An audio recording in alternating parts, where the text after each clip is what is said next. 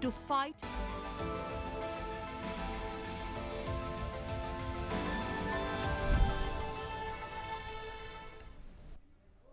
नमस्कार, एक बार फिर से हाजिर हैं हम आपका अपना कार्यक्रम लेकर डॉक्टर स्पीक। और अगले आधे घंटे में आप कोविड-19 से जुड़े कोई भी सवाल आपके जहन में हो पूछ सकते हैं, कोई भी शंका हो उसका समाधान प्राप्त कर सकते हैं, कोई भी प्रश्न आपके दिमाग में आता है या कोई भी कंफ्यूजन हो उसका समाधान आपको मिल जाएगा, क्योंकि डॉक्टर्स का एक पैनल हमारे साथ जुड़ा है। आप डायरेक्ट उनसे बात कर सकते हैं। आपको करना क्या है, आपको सिर्फ स्क्रीन पे जो नंबर दिखाई दे रहे हैं उन पर कॉल करना है। इसके अलावा आप सोशल मीडिया यानी फेसबुक लाइव से भी हमसे जुड़ सकते हैं, सवाल कर सकते हैं। डॉक्टर्स का पैनल हमारे साथ है और मेरे साथ अंग्रेजी में रहेंगी मेरी सहयोगी सकल Bhatt. Hi Rama, and in the next half an hour, viewers, like Rama just mentioned, you are free to call us. We are flashing our numbers right on your screens. You can also flash your questions via social media platforms like Twitter and Facebook.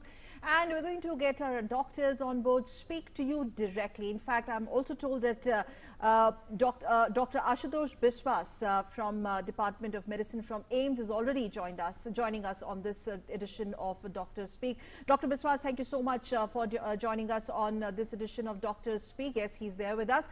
I'm going to quickly, in fact, first of all, ask you the question that perhaps the nation would also want to ask you, because now all eyes are set on the phase 3 trials of the Covaxin, and is this another round of good news in store for lots of Indians back home, because this is also seen as a massive boost to India's indigenous vaccine plan, Doctor?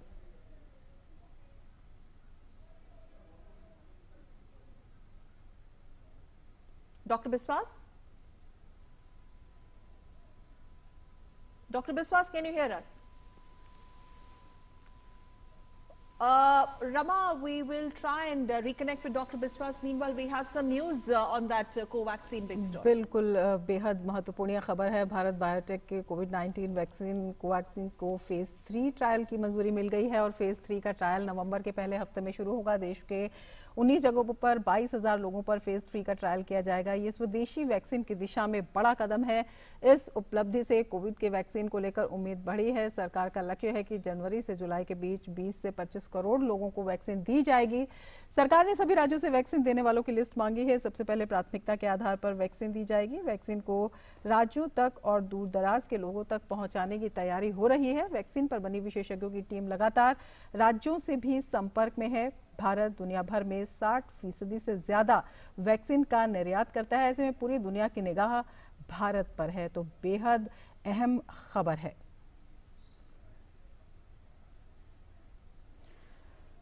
तो doctor Ashutosh सकल फिर से हमारे साथ जुड़े हैं।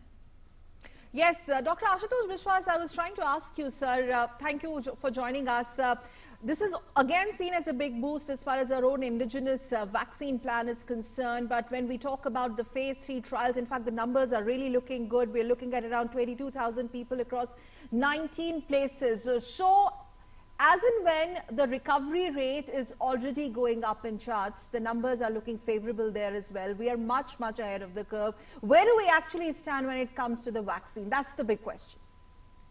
Yes, the most important thing that, the indigenous vaccine, this is our Covaxin, is a very good thing that this vaccine is developed in our country with our strain, that coronavirus strain, that is the people are infected with this strain, and the vaccine developed against this is a very good thing. And we are expecting that more than 22,000 people are already trial already we have the results. So with this we are thinking that would be the best vaccine for Indian population, and we are eagerly waiting for that, and I think very soon it will be launched. And the question is that now in which phase, and who will be the first person, who are the groups that going to be vaccinated, whether the COVID warriors, they are to be protected first, or maybe people do some groups of people. No, we have to decide instead of going for a totally generalized vaccine availability. So we have to see whether the old people or some high risk group people to be vaccinated. But that's a very crucial point, sir. How do you really profile the people on the priority basis? If you could just give us an idea, is this going to be on asymptomatic or symptomatic basis, or will this be done on random basis? There has to be a certain SOP, a proper SOP, a proper system to go about it, isn't it? Yeah, vaccine is most of the time. No, there are many things to look into the vaccine. Number one, to prevent the infection at all. The virus cannot really multiply in an individual after vaccination. That is one. So the person will never ever suffer from this disease. Number two, vaccine may prevent for severity of the progression of the disease. You know, somebody has taken vaccine. Now he or she will not go for severity. That is one kind of the protection of the vaccine. And another way of measuring the people will not, the death mortality will be less. So that there are many ways to assess the vaccine. So in this also, it has been tested that how many people will be prevented, how many people will be really progression, hold the progression of the disease, and then reduce the mortality. So these are the three ways basically we measure the efficacy of the vaccine. So the progression of the disease. So if we naturally will go for people those who are not infected at all, because still we need to know the immunity after infection. Probably they are protected, those who are already infected. So we'll not go to give the vaccine to those people, those who are already suffered from corona. Okay. So that people will be excluded probably in this first phase, because they are less likely to have the infection to reinfection, because it's not 100%. So we don't know that how much this immunity developed in a person is going to last. So it is a new disease. We are going to learn that this antibody developed against the virus is going to neutralize in effective for 6 months or 1 year or 12. Still we need to know it. So therefore the antibody is developed. Now we expect that this probably antibody is protecting against the virus. So those people will be away from the vaccine program, and the other high risk group probably will be categorized. The government of India will decide. So there are many ways to, I think, expert group will decide. The first of all, I think with the high risk group will be targeted for the vaccine, because we have a densely populated country, more than 3 billion vaccine to be available in a quick short of time in a knee-jerk fashion. It is not possible. So it has to be phase-wise to cover all the population. और हमारे साथ doctor Neeraj Gupta भी जुड़ गए हैं। Doctor Gupta, आपका स्वागत है। सबसे पहले आपसे यही जानना चाहेंगे कि जिस तरह से वैक्सीन के थर्ड फेज के ट्रायल की बात है और जिस तरह से जल्दी इसके आने की उम्मीद है, और सरकार ने भी कहा है 20 से 25 करोड़ लोगों को वैक्सीन दी जाएगी जनवरी से जुलाई के बीच में, ये जो टाइम पीरियड है ये हो सकता है। तो जिस तरह से लगातार हम कोविड पर नियंत्रण के लिए तमाम कदम उठा रहे हैं, जिस तरह से बहुत हद तक नियंत्रण में भी किया गया है, लेकिन जो केसेस हैं उसकी रफ्तार जो है उसको नियंत्रण करना अभी बहुत ज़रूरी है। तो ये जो वैक्सीन का ट्रायल है और वैक्सीन के आने की खबर है, कितनी संतुष्टि वाली है, और किस तरह से आपको लगता है कि आगे ये नियंत्रण में और ज़्यादा कारगर हो पाएगी? देखिए, जैसे अभी आपको बताया गया कि वैक्सीन आने की उम्मीद है और वैक्सीन पहले टारगेट ग्रुप्स को दी जाएगी, यानी कि जो व्यक्ति जिनको हमें लगता है विशेषकर इस कोविड से नुकसान हो सकता है, या जो हेल्थ केयर वर्कर हैं, डॉक्टर हैं, प्रोफेशनल्स हैं, या जो व्यक्ति इस काम में लगे हुए हैं, उनको इस वैक्सीन को सबसे पहले सुविधा दी जाएगी। हाँ, ये भी जानना जरूरी है कि वैक्सीन उन लोगों को दी जानी चाहिए जो पहले से इन्फेक्शन जिनको नहीं हुआ है या जिनमें एंटीबॉडी डेवलपमेंट नहीं है, उनमें इस प्रकार का इस पे क्या प्रभाव रहेगा ये भी जानने की ज़रूरत है। लेकिन हाँ, ये बात आवश्यक है, वो ये हमारे लिए काफ़ी समय से इस बात की उम्मीद लगा के लोग बैठे हैं कि जैसे वैक्सीन आ जाएगी तो हम पुनः अपनी जो जीविका अर्न करने की बात जहाँ तक चल रही है, या इकोनॉमिक डाउन जो हमारा हुआ है या सेटबैक हुए हैं, उससे हम तुरंत उभर पाएंगे, कर पाएंगे और आगे हम बढ़ पाएंगे। तो इन सब के चलते ये लोगों को उम्मीद जरूर बंधी है, लेकिन किंतु फिर भी मुझे लगता है कि वैक्सीन जब तक मुहैया होगी, उपलब्ध होगी, तब तक हमको अपनी प्रिकॉशंस नहीं छोड़नी होंगी, और हमारा जो बचाव है वो केवल हमारी जो प्रिकॉशंस है, जिसमें कि सोशल डिस्टेंसिंग से मुख्य है, साथ में हाथ धोना और मास्क लगाना, वो बहुत ही आवश्यक है। उसमें किसी प्रकार की ढिलाई नहीं होनी चाहिए। वैक्सीन पूरे इंडिया में लगाने में जो समय लगेगा वो हो सकता है कि उस बीच में कोई भी व्यक्ति पीड़ित हो सकता है, तो हमको अपनी प्रिकॉशन किसी प्रकार से इसको नहीं छोड़नी चाहिए। डॉक्टर गुप्ता, लेकिन ये भी जरूरी है यहाँ पे समझना कि अभी के जो पहले 2 ट्रायल्स हैं अगर थोड़ा सा उनके बारे में भी आप हमें जानकारी दें कि पहले जो 2 ट्रायल्स है वो किस तरीके के उन ट्रायल्स पे कैसा असेसमेंट रहा है, how has it really panned out as we look forward to third phase of trial? See, basically the trial which has been conducted has the primary aim to know, one, that on a minor number whether it's going to be having any beneficial effect or not, and primarily whether it's going to cause harm or not. And when we move from the trial from the one phase to the other phase, or when we go to the larger group of the number of people which we are awaiting results, then only we can say whether any significant adverse effect has been noted or not noted. Of course, the efficacy of the vaccine will be judged whether more than 50% recipients are able to develop sufficient antibody titer which can prevent the infection from harming our body or causing any effect on our body. Therefore, this will be told only once the level or the phase 3 trial is over, and the result of the phase trial will show us that, number one, there are no effects, minor that's called side effects or adverse consequences of this vaccination, which is primary importance, and number two, that it produces a significant titer in the body to cause any significant benefit to us. बिल्कुल, और vaccine से संबंधित प्रश्न भी हमारे साथ Facebook पर कुछ लोग जुड़े हैं, फेसबुक लाइव से उनके आ रहे हैं। और ऐसे ही नीलेश प्रकाश ने पूछा है कि जिस तरह से बात हो रही है कि पहले जो टारगेट ग्रुप्स हैं उन पर उनको वैक्सीन दी जाएगी, वो कहते हैं कि क्या जो लोग पॉजिटिव होकर नेगेटिव हो चुके हैं, ठीक हो चुके हैं, क्या उनको भी वैक्सीन लेने की जरूरत पड़ेगी? बेसिकली जो व्यूअर्स के क्वेश्चंस हैं वो वैक्सीन से संबंधित ये हैं कि किस तरह से वैक्सीन दी जाएगी, कौन से अगर टारगेट ग्रुप्स हैं तो कौन किस ग्रुप के अंदर आएगा और उनका वैक्सीन का नंबर कम आएगा, और सबसे पहले ये चीज भी निर्धारित करने की है कि ये वैक्सीन कितनी असरकारक हो, कि किस तरह से ये काम करेगी। डॉक्टर बिस्वास, आपसे जानना चाहेंगे।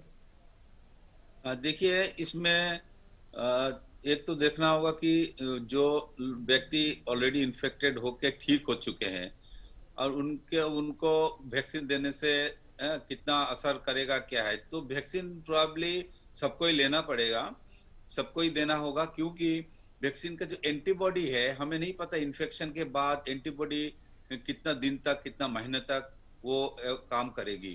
तो अगर है हाई लेवल एंटीबॉडी है तो डेफिनेटली वो वैक्सीन के अगेंस्ट या कोरोना के अगेंस्ट काम करेगी। तो इसमें स्टार्टिंग में देखा गया है कि री इन्फेक्शन से हो रहे हैं, ऐसी बात नहीं कि इन्फेक्शन, अगर कोरोना इन्फेक्टेड अगर पर्सन एक बार हो चुका है तो उसको पूरा लाइफ लॉन्ग इम्यूनिटी है कि कभी कोरोना नहीं होगा, ऐसी बात नहीं है। 20%, 30%, कभी 15%, ऐसे डिफरेंट कंट्री में ऐसे भी स्टैटिस्टिक्स मिले हैं कि they are also infected. But question is again कि प्रिवेंट इन्फेक्शन और प्रिवेंट सिवियरिटी, ये भी हमें देखना है कि इसमें स्टडी में भी दिखा गया है कि this vaccine also preventive severity and mortality, preventive mortality. So उन व्यक्ति को फिर जो already infected है उनको देंगे तो probably it will prevent severity, mortality, but maybe it will be considered that second or third phase में ऐसा कुछ होगा. But if it is available in the market, so anybody can buy. We don't know how the vaccine will be marketed, whether it will be under control, the government policy will be there, yes, or it will be available in the market. So anybody can choose, anybody can go and buy and have this vaccine shot. Yes. So whether we have a control or not, that's the next question. But if everybody is affected and we don't know who is going to be affected, but because this is a pandemic and everybody is under risk, so everybody will be trying to get the vaccine to save their life. So still we have to see where people who are infected really of what the government policy is and individual policy how is going to behave. So we have to wait for that final जो government अभी कैसे इसको regulate करती है, government कैसे इसको availability कराती है, उसके ऊपर depend करती है। बिल्कुल, उससे पहले भी तमाम सवाल जो हैं वो दर्शकों के आ रहे हैं। ऐसे ही विवेक सिंह हांडा हैं, उन्होंने सवाल पूछा है कि Anybody who has tonsillitis, is he at risk? क्या उसको रिस्क है और कितना रिस्क है? इस तरह से काफ़ी सवाल आते हैं, क्योंकि अभी जिस तरह से सर्दी का मौसम है या फिर पॉल्यूशन की वजह से इस समय पॉल्यूशन की प्रॉब्लम बढ़ जाती है, तो गले में खराश की दिक्कत आती है, या फिर जो सीजनल बुखार है या अलग अलग तरह के इन्फेक्शन वो आते हैं, तो उनको कितना खतरा बढ़ जाता है? डॉक्टर गुप्ता। यस, बड़ा इंटरेस्टिंग है ये, क्योंकि इसमें जैसे जैसे सीजन भी आ रहा है ठंड का, जिसमें अक्सर इन्फ्लुएंजा लाइक या इन्फ्लुएंजा सिम्टम्स होते हैं, एचवन इन्फेक्शन का खतरा भी बढ़ जाता है। चूँकि क्लोजनेस होती है तो स्प्रेड इन्फेक्शन का भी बढ़ जाता है। ऊपर से ये फेस्टिवल सीजन, मैरिज सीजन भी आ गया है, तो उसमें क्लोजनेस, सोशलाइजिंग की चांसेस बढ़ने की वजह से इन्फेक्शन के, संक्रमण के बढ़ने के खतरे भी बढ़ रहे हैं। और तीसरा, इम्पैक्ट ऑफ पोल्यूशन भी इसमें रहेगा, जो खुद भी जो है अपने बूते पर काफ़ी हद तक शरीर पर प्रभाव डालता है, जिसमें से कि आपके जो नाक कान गला है उस पर सिग्निफिकेंट इफेक्ट होता है, जिसमें अक्सर लोगों को खांसी होती है, या जो पहले से जो बीमारी से पीड़ित हैं, जैसे कि दमा या सीओपीडी के जो पेशेंट हैं, या कैंसर के हैं, आईपीएफ के हैं, फाइब्रोसिस वाले जो पेशेंट्स हैं, उनको ऊपर ही इस पे भी इसका बुरा प्रभाव पड़ता है, उनकी खांसी बढ़ जाती है। ऐसे में हमारे लिए चैलेंज ये बढ़ जाता है ये जानना, क्या ये कोविड है, क्या ये नॉन कोविड है। इन दोनों में डिफरेंशिएट करना बहुत ही एक मुश्किल कार्य हो जाएगा। क्या हम हर व्यक्ति, आने वाले व्यक्ति जिसका भी हमको अगर जुकाम खांसी लेकर के आता है, क्या हमें सबको टेस्ट करने की आवश्यकता पड़ेगी? और अगर हमें टेस्ट करते हैं तो हमारे ऊपर टेस्ट का लोड कितना बढ़ जाएगा? तो इसलिए ये जानना जरूरी है कि क्या होगा। अब मेरा ये मानना है कि जो विंटर के इन्फ्लुएंजा लाइक सिम्टम होते हैं वो अक्सर बिना फीवर के होते हैं। उसमें अक्सर जैसे एलर्जी की संभावना आजकल जो सितंबर अक्टूबर या फरवरी मार्च में लोगों को जो एलर्जी की टेंडेंसी होती है, उसमें पैरोक्सिज्म ऑफ छींकें आती है, मतलब लगातार बहुत सारी छींकें आती हैं, एक नाक से पतला सा पानी बहता है, उसके बाद गले में खराश हो जाती है। तो जिनको इस प्रकार के सिम्टम है उसको हम मान सकते हैं कि वो एलर्जी राइनाइटिस है, स्पेशली अगर उनकी पुरानी हिस्ट्री है। तो वो उन व्यक्तियों को ये बताया जा सकता है, जैसे आपने पूछा कि टॉन्सिलाइटिस है, तो इसका मतलब यह है कि अगर उनको एलर्जिक टॉन्सिलाइटिस या फेरेंजाइटिस की संभावना रहती है, जल्दी जल्दी होता है, साइनसाइटिस जल्दी जल्दी होती है, तो अगर उनको पुनः फिर से होती है तो चांसेस ये हैं कि वो सीजनल है, ना कि कोविड है, नंबर एक। नंबर दो, अगर साथ में फीवर और ड्राई कफ और साथ में अगर टायर्डनेस, वीकनेस, एग्जॉशन या एनोस्मिया जूस्मिया जिसको कहते हैं, यानी कि सांस में नाक में जो गंध की आने की जो आप कहते हैं एनोस्मिया कहते हैं, यानी कि आपको दुर्गंध आना बंद हो जाता है या टेस्ट बदल जाता है, अगर इस प्रकार के सिम्टम आते हैं तो हम ये मानेंगे कि उनको कोविड की संभावना ज़्यादा है। और जो पोल्यूशन से जो पीड़ित होते हैं व्यक्ति, उनको पहले से अगर सांस की तकलीफ रहती है तो उनकी बीमारी एक्सपोजर से बढ़ जाती है। तो ऐसे व्यक्तियों को ये आवश्यक है, नंबर एक, पहले तो अपने आप को ठंड और गर्म की जो ये रैपिड चेंज ऑफ टेम्परेचर होता है उससे बचाव की आवश्यकता है, अपने आप को प्रिकॉशन लें जी। दूसरा ये है कि अपने आप को पोल्यूशन से बचा के रखें, और फिर अगर उसके बाद भी अगर फीवर के साथ में सिम्टम आते हैं, एक्यूट होते हैं, और अगर ऐसी हिस्ट्री है कि किसी और व्यक्ति के संपर्क में आने से हुआ है, तो कोविड का टेस्ट जरूर कराएं।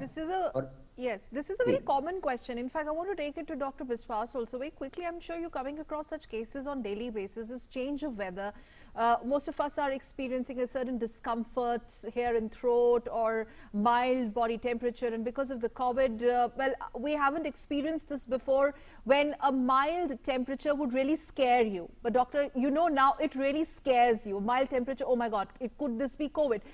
How do you really simplify this? How do you really differentiate that no, this could be a viral because of the pollution or perhaps change in weather, and this has got nothing to do with COVID? Because a lot of it is psychological also, Dr. Biswas, you would agree.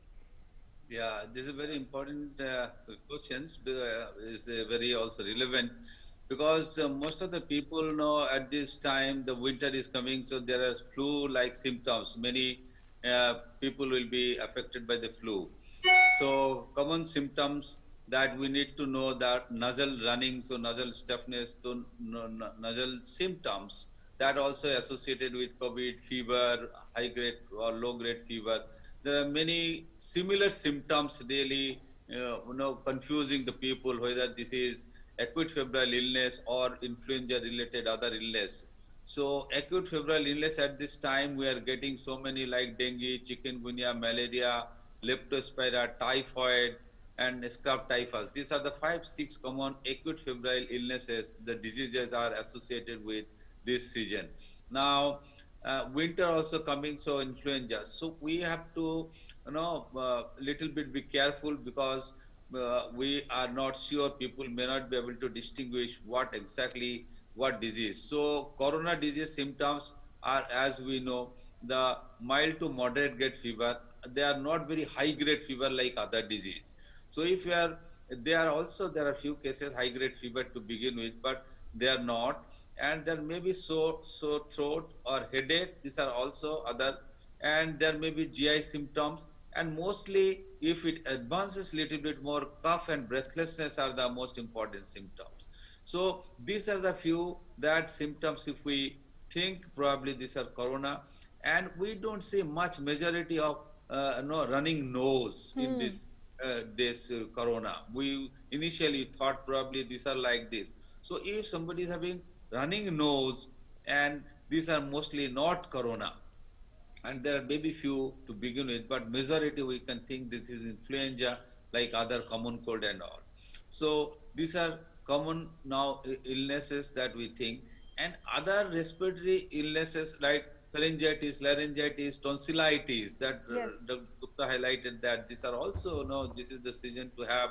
And a lot of people eating habit, cold, maybe sensitive somebody after drinking a cold fridge water, then ice cream, these are all also causing throat irritation, maybe mild fever. So those are not really associated with the nothing to do with the corona.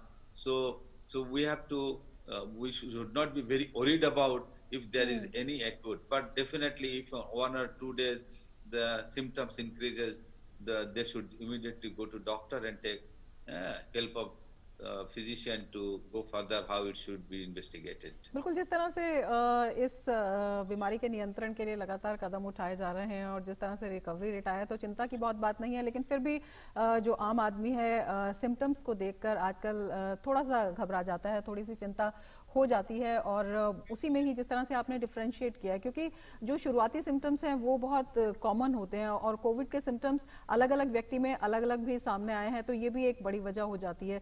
तो इसमें कितना ज़रूरी होता है कि अगर इस तरह के सिम्टम्स आते हैं तो जो चेकअप है वो डॉक्टर के पास जाकर ज़रूर कराएं, और कोविड का टेस्ट जो है वो भी कितना ज़रूरी हो जाता है? डॉक्टर गुप्ता।